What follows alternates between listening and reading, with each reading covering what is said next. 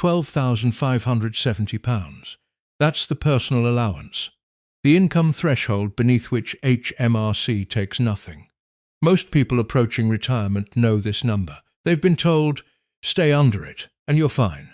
What they haven't been told is that HMRC has a second mechanism, one that activates the moment you make your very first pension withdrawal. And it has nothing to do with how much you earn. It's called an emergency tax code. And depending on how your pension provider handles your first request, HMRC can treat that withdrawal as if you're going to repeat it every single month of the year. So if you take out £10,000 in one go, the system assumes you're earning £120,000 annually and taxes you accordingly, right away, before you've done anything wrong. Some people have pulled out £10,000 and received less than £6,000, the rest held by HMRC, potentially for months. This isn't a fringe case. It's how the system is designed to work by default. And what makes it worse is that most of the advice people get from bank websites, from the generic guidance online, completely misses this. Not because the advice is dishonest, because it's written for a clean, simple scenario that doesn't account for how HMRC actually processes a first-time drawdown. Today I want to walk through 3 pension mistakes that quietly cost UK retirees thousands, not through bad investments, not through reckless spending, through perfectly reasonable decisions made without the full picture. The third one is the most expensive, and there's a very simple fix, something I call the £100 dummy run, that most people have never heard of but can save you a serious amount of grief. Alan is 62. He lives in Surrey, mortgage nearly paid off, and he's got a pension pot worth £200,000. When he finally sat down to think about retirement, the first thing he wanted to do was sort the kitchen. It had been on the list for years, and beyond that he just wanted to know that money was there, in his account, accessible, his, not sitting in some pension system he couldn't quite see or touch. So he did what felt sensible. He took his 25% tax-free lump sum up front, all £50,000 of it, in one go. It felt like the right move, and in the moment it probably was reassuring. The problem didn't show up straight away. The way pension tax relief works in the UK, the 25% tax-free entitlement isn't just a bonus. It's a structural tool. It's designed to be drawn down gradually alongside your taxable income, so that each year, part of what you live on comes out completely free of tax. When you take all of it at once, you don't just spend the lump sum. You remove the mechanism that would have sheltered your future withdrawals, and here's what that looks like in practice. Alan takes his £50,000 up front in year 1. Fine, no tax on that, as expected. But the following year, he needs £20,000 to cover his living costs. His state pension covers part of it, but not all. So he goes back to his pension pot and withdraws the rest. The difference now is that his 25% tax-free entitlement is gone. Every pound he pulls out from this point forward is fully taxable. After his personal allowance of £12,570, he's paying 20% income tax on anything above that. On a £20,000 withdrawal, that's roughly £1,486 in tax that year. Not devastating on its own. But Alan is planning for 20 years of retirement. Over that period, the cumulative tax bill on withdrawals that could have been partially sheltered adds up to well over £25,000. That's money he technically had access to, he just didn't realise he was choosing to hand it over. According to figures from the Money and Pensions Service, around 1 in 3 people who access their pension pot do so without any kind of tax planning. And the most common reason isn't carelessness. It's that nobody explained the trade-off clearly enough at the point of decision. The want for cash in hand is entirely rational. When you've spent decades contributing to a pension, there's something genuinely uncomfortable about leaving that money in a system you can't directly control. Particularly after the last few budgets, particularly if you've heard friends talk about rule changes. Wanting to hold the money yourself isn't a mistake in instinct. It's just a decision that carries a long-term cost that's easy to miss in the moment. What Alan didn't know, what most people don't know, is that there's a way to access meaningful cash now while keeping the tax-free mechanism intact for the years ahead. It's not complicated. It just requires a slightly different sequence. But before we get there, there's something more immediate to deal with. Because even if Alan had made no mistakes with his lump sum, even if his planning had been perfect, HMRC had one more surprise waiting for him the moment he made that first withdrawal. And that one can hit you before you've had a chance to do anything about it. I've seen this catch people who had done everything right. They'd taken proper advice. They understood the basics. They made their first pension withdrawal fully expecting to receive the amount they'd asked for. And what arrived in their account was significantly less.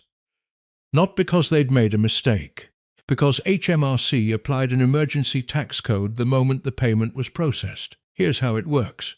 When you make your very first withdrawal from a pension, particularly a SIPP with providers like Hargreaves Lansdown or Vanguard, your pension provider often doesn't have a current tax code on file for you. So HMRC instructs them to use a default code called W1M1, the emergency code. What that code does is take whatever you withdrew in that single payment and treat it as though you're going to withdraw the same amount every month for the rest of the tax year. So if you take £10,000 out in October, the system calculates your tax as if your annual income is £120,000, and it deducts accordingly, up front, before you see a penny. I remember hearing about this from someone close to me. They withdrew £10,000 from their pension and received just under £6,000. The remaining £4,000 was held by HMRC under the emergency code. Getting it back meant filing a form, the P55, and then waiting. In some cases that wait is 6 months. The money isn't gone permanently, but it is gone temporarily at a time when many people need it. And in the meantime, that cash isn't working for you, isn't earning interest, and isn't available for whatever you needed it for in the first place. The frustrating part is that this isn't a penalty for doing anything wrong. It's a structural default. HMRC's system doesn't know your full financial picture at the point of your first withdrawal. It doesn't know whether this is a one-off or the beginning of a pattern. So, it assumes the most taxable scenario and corrects later. The question is whether you want to wait months to be corrected or get ahead of it. This is where the £100 dummy run comes in. The logic is straightforward. Before you make any meaningful withdrawal, you take out a small amount first. £100 is enough. That first transaction triggers HMRC's system to register you as an active pension drawdown holder. The provider then receives your accurate current tax code, your proper cumulative code, not the W1M1 emergency default. Once that code is in place, which typically takes 2 to 4 weeks, you make your actual withdrawal. And because your provider now has the right code on file, the tax deducted is calculated correctly from the start. You don't overpay. You don't have to file a reclaim. You don't spend the next several months waiting for HMRC to sort itself out. The trade-off is time. You wait a few weeks before accessing the larger amount. That's the only cost. Against that, you protect yourself from potentially thousands of pounds being held at HMRC for up to 6 months. Money you plan to use tied up in an administrative process that was entirely avoidable. Most pension providers won't volunteer this information when you call to set up your first withdrawal. The default is to process what you ask for, with whatever tax code is currently on the system. The £100 step has to come from you, so now you know how to take money out without HMRC holding it for you. But there's still the question of which method you use to access your pension in the first place, and that decision is where the final and most expensive mistake tends to happen. UFPLS or Flexi Access Drawdown. Most people pick the wrong one without realizing there was even a choice to make. Before we get to the third mistake, it's worth pausing on one number. According to ONS mortality data for 2026, a 65-year-old man in the UK has a meaningful probability of living into his late 80s. For women, longer still. For a couple both aged 65, the probability that at least one of them reaches 90 is higher than most people expect, when they're sitting down to plan at 62 or 63. That's potentially 25 years of retirement income to manage, 25 years of tax decisions, 25 years of inflation, policy changes and care costs that may or may not arrive. On that last point, Age UK figures show that average care costs in the UK have risen by 15% over the last 3 years alone. Residential care for a single year can run to £50,000 or more in many parts of the country. Not a worst-case figure, increasingly a mid-range one. So when we talk about that 25% tax-free entitlement, the lump sum, the question isn't just what do I want to spend it on, it's how long does this shelter need to last? Spread across a 25-year retirement, that tax-free portion becomes fuel. Each year, part of what you live on comes out free of tax.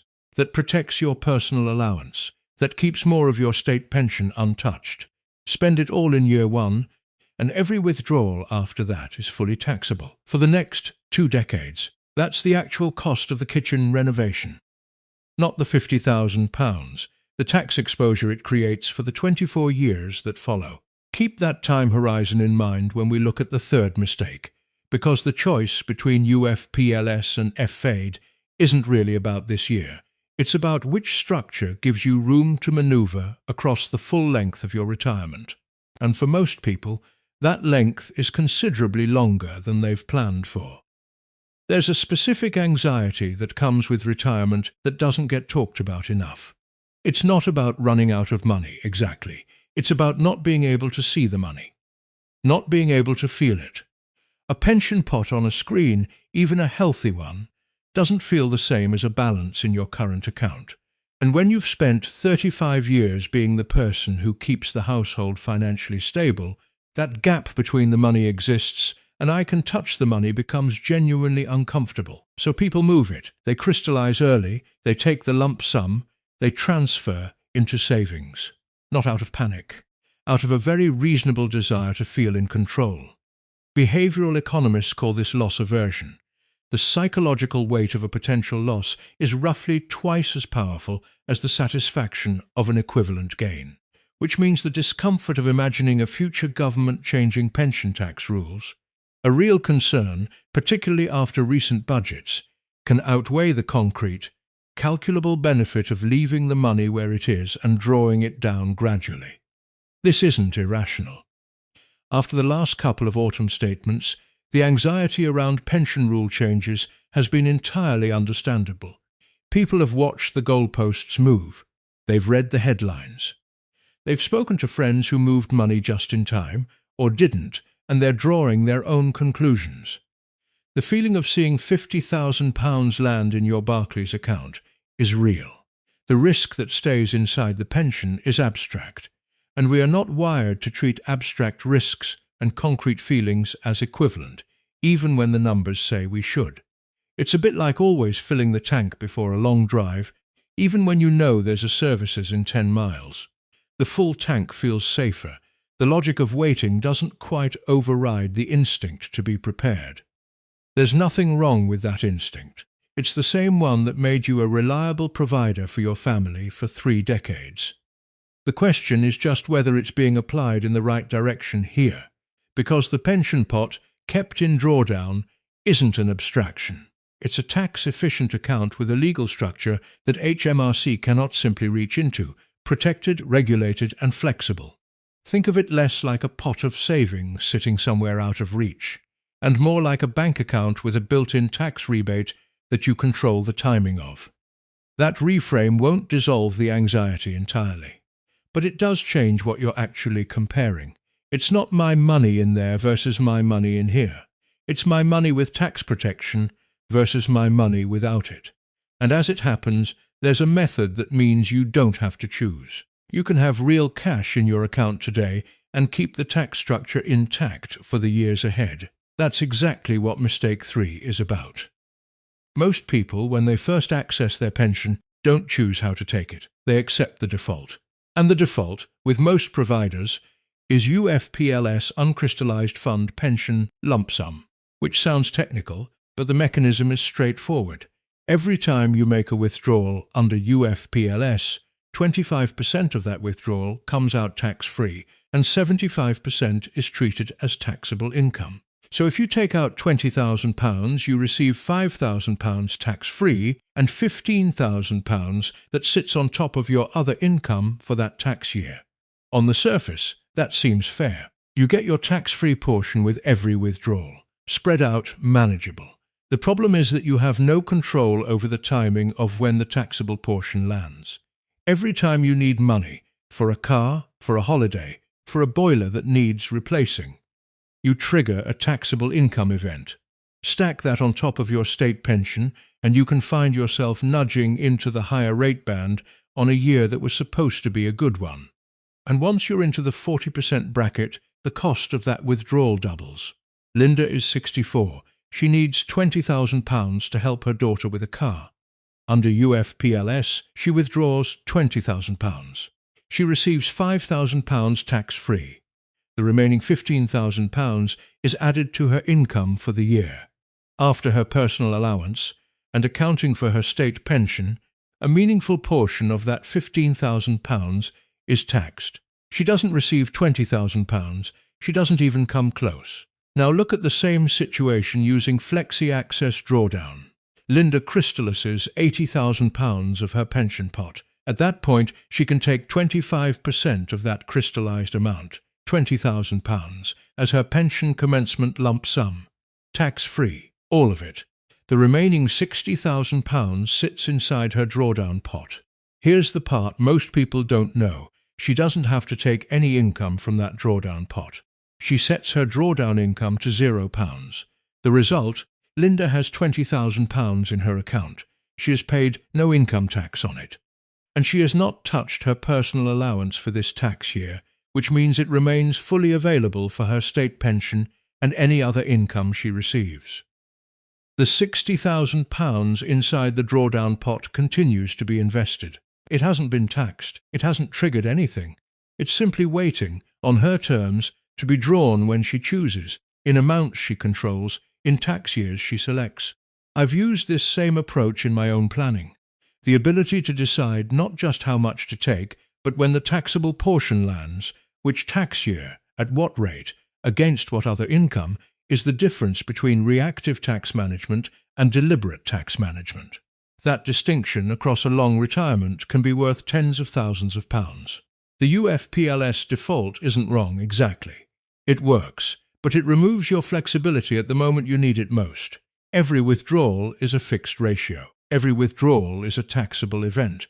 You're locked into a structure that doesn't adapt to your circumstances. FAD gives you the sequencing, and in retirement income planning, sequencing is almost everything. The setup itself isn't complicated. You contact your provider, Hargreaves Lansdowne, Vanguard, whoever holds your SIPP, and request to crystallize a portion of your fund into a Flexi Access Drawdown arrangement rather than processing a standard UFPLS withdrawal. Most major providers offer this.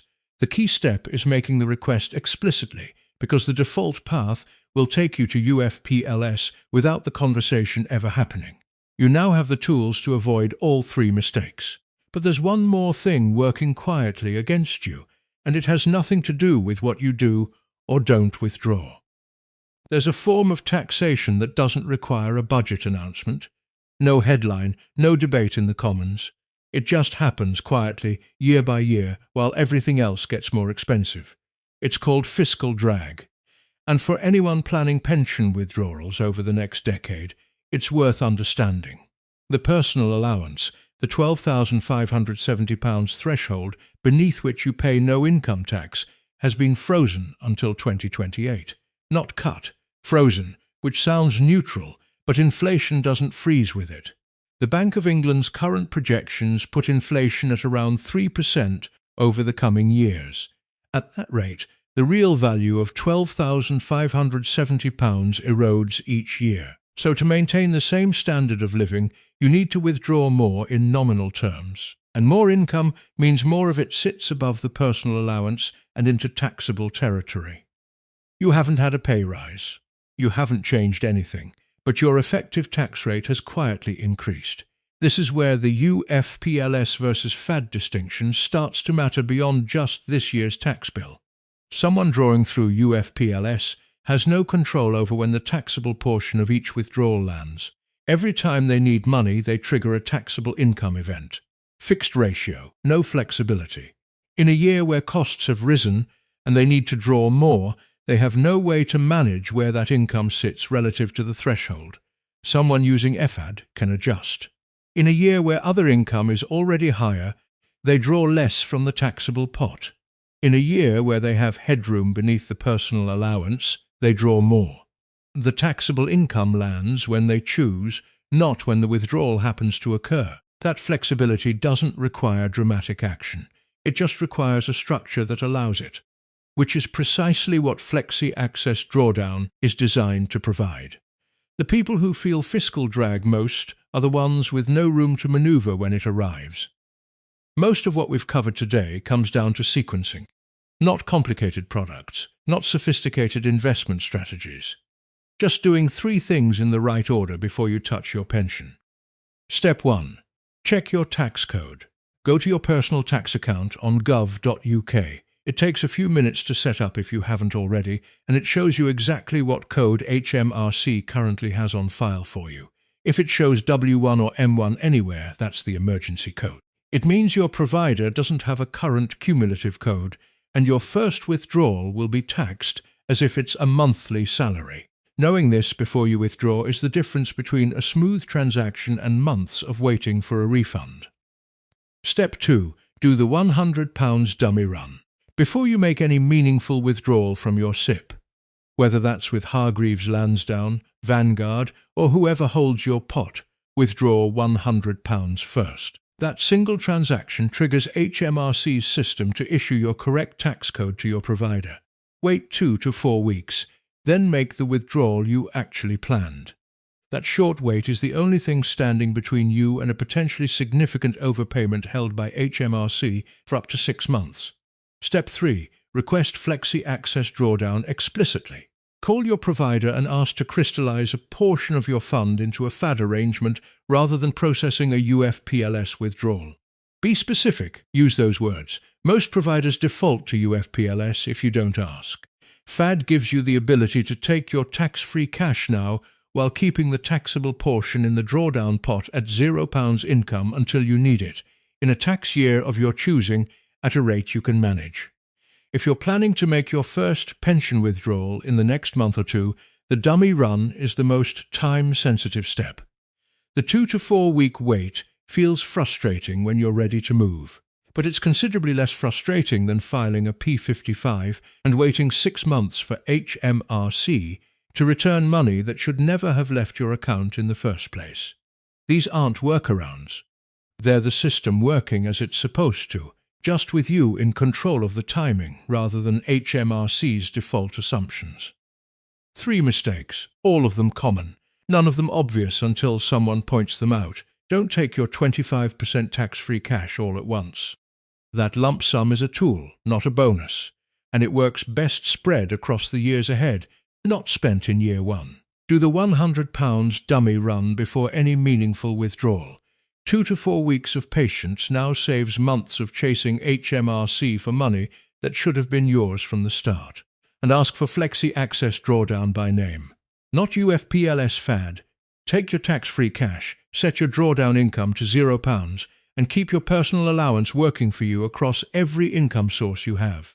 Retirement isn't supposed to be a tax management exercise. You've spent decades building this.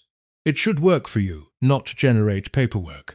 But knowing how the system actually operates means you're not leaving that work to HMRC's defaults. If this has been useful, there's more coming. The next video covers state pension. Specifically, how your national insurance record affects your entitlement, and what you can still do about it if there are gaps. It's one of the most misunderstood areas of UK retirement planning, and the window to act is narrower than most people realise. Subscribe so you don't miss it. I'm Arthur. Take care of yourselves, and I'll see you in the next one.